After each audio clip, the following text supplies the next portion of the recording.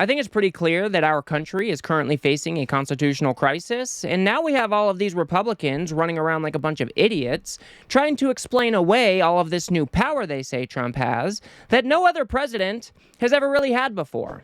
If Donald Trump wants to stop federal spending that has already been allocated by Congress, he should be able to do that.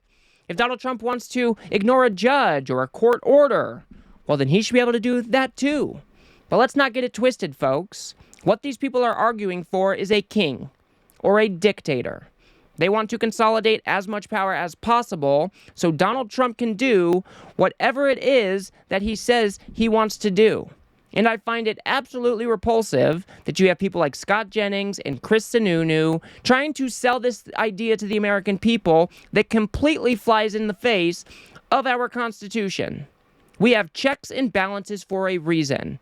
And if Donald Trump disobeys or doesn't follow the law, it is the judiciary's place to step up and tell them that they broke the law. But in Scott Jennings' world, he would have you just ignore the courts, ignore the judge. And then he blames the courts for throwing our country into a constitutional crisis. So let's go ahead and take a look at this conversation from the Abby Phillip show, and then we will go from there. And if you do appreciate the work I do, please do remember to subscribe. We do know that judges do get to say whether the executive is complying with the law or not. That's been the case for decades, hundreds of years. Well, I think there's a difference between saying whether you're complying with the law and then you have these individual district court judges setting effectively broad federal policy that is specifically reserved for the president of the United States. I think we do have a constitutional crisis, and it's being caused by these judges. They're not here to tell us. They're not here to tell us how to spend the money. They're not here to set broad federal policy. That is the president's job as elected by the people. These judges are supposed to be settling discrete, specific matters, not policy setting. I think Vance is right. I think Trump has a point. And these judges want nothing more to continue the lawfare against I don't Trump. think anybody. Now, Scott Jennings is just lying to you.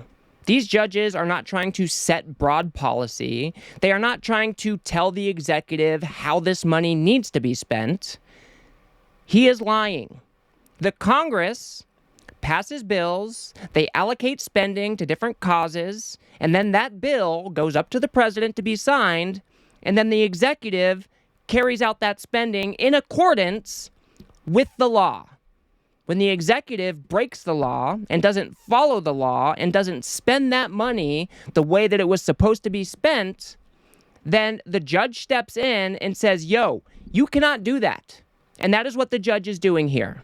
The judge is not trying to set broad policy like Scott Jennings would have you believe. And this is just peak MAGA, isn't it?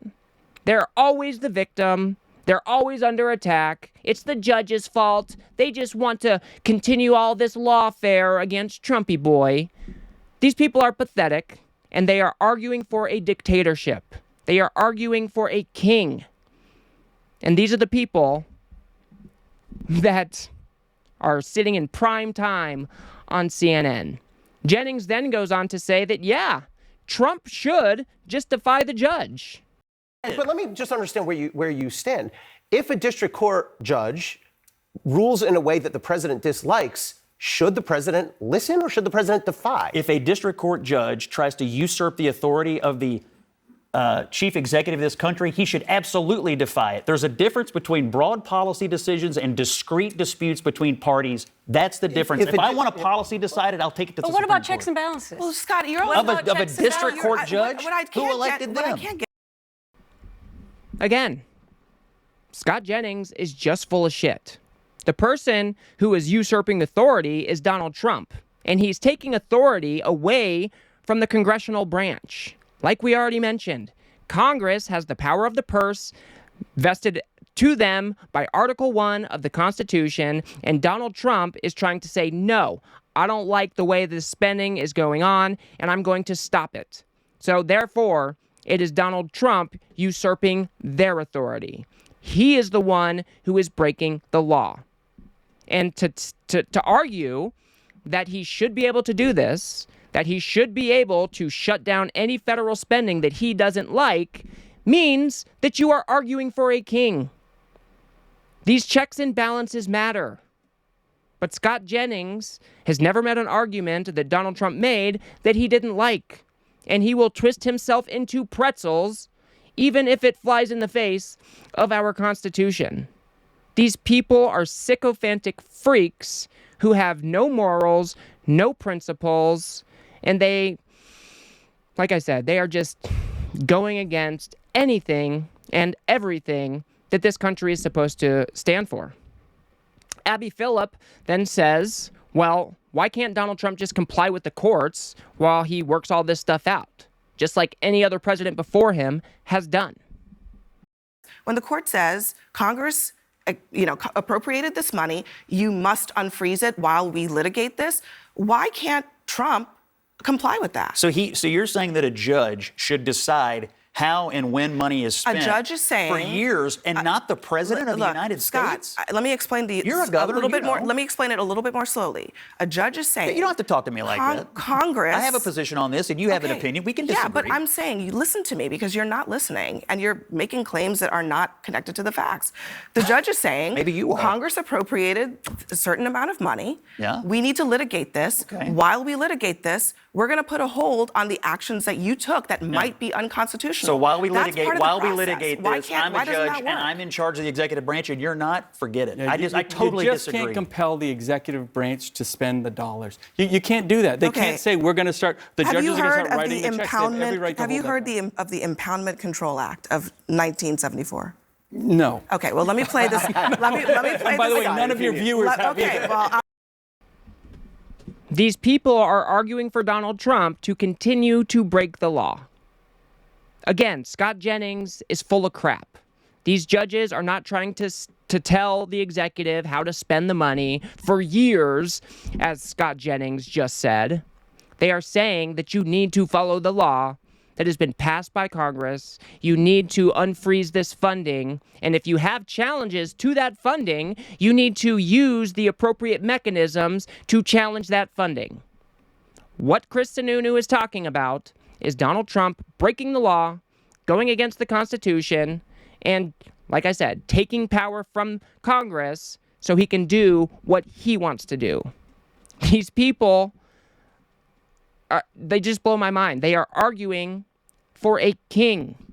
They want Donald Trump to have all of the power to do whatever.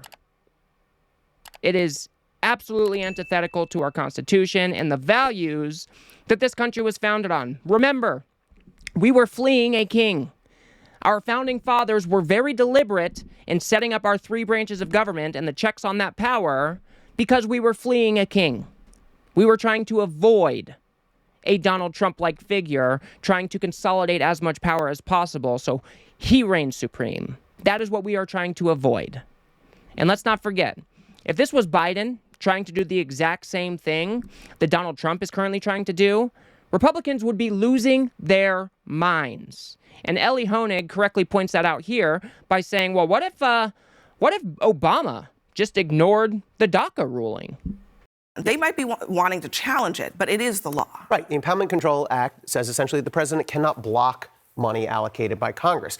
To the power of district court judges, and I understand your point, Scott. I understand the frustration people have when a district court judge blocks a broad mandate from the chief executive, the elected chief executive. Ultimately, you know, the big issues go up to the Supreme Court. But I guess I would ask both of you, what if a district court judge had blocked Barack Obama's DACA plan, the Dreamers plan, right? And he said, heck with you, I'm doing it anyway. Would you be okay with that? Or would you have a problem with that? No, Would that be okay? Yeah, so again, that's where we're forgetting a key piece of the third branch of government. That's where Congress steps in. Yes. Right? You have to remember that a judge can't just say, well, I'm going to arbitrarily block something. They say, I'm blocking it because of this, and Congress can step in and be more specific and more refined if they want to. Well, how does that work with Congress, who's right. appropriated funds for all of these other agencies? So it can't work that and now, way. And now the executive branch is stepping on Congress. If Congress appropriates $20 million for a program, do you, as the chief executive, do I have to spend $20 million on that program? Well, actually, this is But what do I'm I? trying to. This is why I Because brought. if I don't, I know what's that the number? I know that Why the not do a bit impoundment. of an hold on, investigation into it first? I know that the instead of- Impoundment Control Act The thing executive sounds really wonky, but I guess the point I'm trying to make is that I understand the idea of testing laws. You want to see how far you can go. But the question that you are asking has been answered by the courts, okay? The reason that the Impoundment Control Act exists is to say that when Congress says we appropriate this money, it should be spent that way. That's their power. They have the power of the purse. Every state in the And Abby Phillip is exactly right about that. They have the power of the purse. And for Chris Sinunu to say, oh, well, then it's Congress's role to step in and negotiate with the what is he talking about? These laws have already been passed. The money has already been allocated, and Donald Trump is trying to come in like a king, and he's trying to shut down agencies and shut down funding. He is breaking the law. It is not time for Congress to step in and negotiate with the executive, as Chris Sinunu just argued for. That is absurd. Donald Trump is the only one here who is breaking the law. He is trying to take power away from Congress by saying, I get to be the ultimate decider for where this money goes. These people are insane. Chris Sinunu can't even keep track of his own arguments, because you can't in one way say that, oh, well, Donald Trump gets to block the funding that was allocated by Congress, but then also come in and say, oh, well, it's Congress's job to negotiate after Donald Trump has already broken the law. It absolutely makes no sense. These people are deranged, like I said, and they will continue to twist themselves into pretzels to try to, make Donald Trump happy. I was going to be a little bit more vulgar, but I'll just leave it there. I'll show you one last clip here. Chris Sinunu goes on to say that, Trump should be able to just shut down agencies that he doesn't like. What about when the Trump administration says to Congress, you created this agency, we're going to just decide it doesn't exist anymore? He runs the executive branch. He can decide who works for the executive branch. Where does this end? So Congress creates an agency. The executive says, to heck with it. Congress appropriates money. The executive branch says, to heck with it. Where does this end? So it ends. You can go back, and I like what they're doing, and they're going to whiteboard these programs out, and they're going to force each of these departments to come back and actually justify their existence, which no one in Washington has done for decades. If you want NIH money to go forward, explain to me why, how, and how it's going to be spent. All right, so the next Democratic president who says to the table. ICE is going to just disappear, I expect that the two of you will say that sounds... I think all of America... Again, Chris Sinunu is just trying to sell you a bill of goods that doesn't make any sense at all. The Trump administration is not arguing that, we're going to go whiteboard these ideas, we're going to cut the fat and make it more efficient. That is not what is happening. Donald Trump is breaking the law, and he is just shutting down agencies that he has a bone to pick with. He is just shutting down funding and trying to tell the American people that, we're just trying to cut waste, fraud, and abuse, but they have not been able to provide a shred of evidence that they have found waste, fraud, and abuse that would necessitate these agencies or these fundings to be stopped. These people are lying to you. Donald Trump does not have the authority to just shut down agencies. He does not have the authority to just shut down funding. But that is what Chris Sinunu and Scott Jennings are twisting themselves into knots to try to make the argument for. Our system has checks and balances. We have co-equal branches of government. The executive branch has its power, the Congress has its power, and the judiciary has its power. Donald Trump is trying to take power away from Congress, away from the judiciary, and that's what Sinunu and Jennings are talking about here. They're saying, no, let's just give all of the power to Donald Trump. He is the all-powerful God King, and therefore he gets to do whatever he wants to do. But that is not how our system works, and we need to call these fools out every step of the way. We need to educate the American people about how the system works and why it was set up in the way that it was set up. But let's not get it twisted. These people, like Chris Sinunu and Scott Jennings, they are arguing for a dictatorship. They are arguing for a king. They are taking that unitary executive theory that has been constant in the conservative movement for quite some time, and they are blowing it up beyond what anybody has ever talked about before. So I will leave it there for now. If you guys got anything out of this video, please do remember to smash that like button and subscribe. Maybe share it with a friend or two. I'd very much appreciate that. We have to build something here on the left that can adequately push back against the right-wing media ecosystem, because they launder these bad ideas for the Trump administration without any pushback at all, without any regard for our Constitution and our system and our country. So if you do appreciate the work I do, please do remember to subscribe. If you want to see how Democrats should be responding to this moment and whether or not they should be willing to get arrested right now, go ahead and watch that video on the screen now. Otherwise, I'll see you guys on the next one.